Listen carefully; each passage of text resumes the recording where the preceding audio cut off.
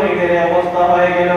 আল্লাহ নবী সাল্লাল্লাহু আলাইহি ওয়াসাল্লাম তাকে সাহাবী আমার উম্মতের কবরের মধ্যে আযাব হয়, আরে সাহাবী মদিনার হইতে বলিতে দাও এই কবরগুলো কার, যাদের কবর যাদের আছে সমুদ্রের কবর এই জায়গার মধ্যে আছে সবাই এখানে আসতে বলো।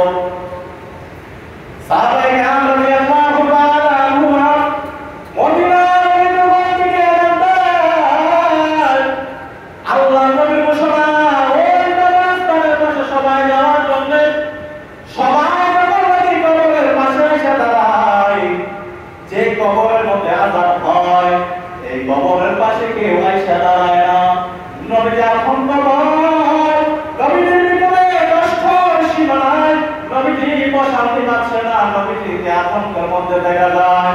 একটু পরে একটা বুড়ি একটা বৃদ্ধ মহিলা হাতে হাতে চলে আসলো, লাঠিতে ভর করে ওই কবরস্থানের কাছে গিয়ে দাঁড়ায়। তখন নাকি রাসূল সাল্লাল্লাহু আলাইহি ওয়াসাল্লাম ডাকতে বলে, বুড়ি মা ওই কবরটা কার যে কবরের পাশে আপনি দাঁড়াইলেন?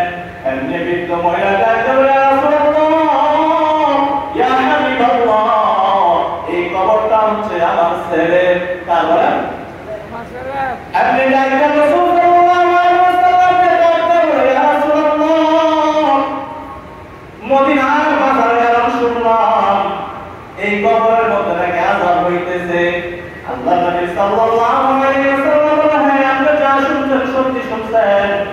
এমনি বৃদ্ধ মহিলা হাসতেছে আনন্দ, আহারে নবীজি মহিলার দিকে তাকায়, কি ব্যাপার ছেলের কবরে আযাব হয়, মহিলা এত খুশি। তখন মহিলা আনন্দের শেষ নাই, নবীজি মনের মধ্যে অনেক ব্যথা পাইলেন, কষ্ট পাইলেন। তার দেয়া বলে, বৃদ্ধ মহিলা গো কেন গো তুমি তোমার বাচ্চা কবরে আযাব হয় তুমি হাসতেছে কেন? এমনি ডাকতে বলে, আপনি জানেন না এই সন্তান যখন নাকি জমিনে আসছে আসার পর ওর বাবার সাথে সাথে মারা যায়, ওই যখন এতিম হয়ে যায় অনেক কষ্ট করে তাকে বড় করছি, লালন পালন করছি।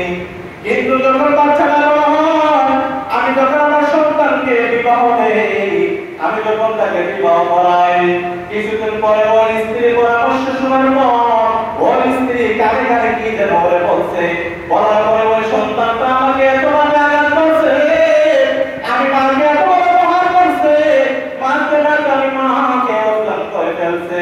ইয়া রাসূলুল্লাহ আমি যখন নাকি অজ্ঞান নিয়ে হুঁশে আসলাম তখন আমি মালিকের দরবারে দুইটা হাত তুলে দোয়া করলাম, রে মালিক আমার সন্তান যেদিন মরবে সাথে সাথে তার কবরে আযাব দিয়া দিও। ইয়া রাসূলুল্লাহ আল্লাহর কাছে দোয়া করছি, আল্লাহ জমিনে থাকা অবস্থায় আমার সন্তানের যেন কোনো আযাব না হয়। ইয়া রাসূলুল্লাহ আমার সন্তান যদি আযাব হয় আমি মা থেকে সহ্য করতে পারবো না, এই জন্য বলছি যাতে কবরে গেলে আযাব হয়।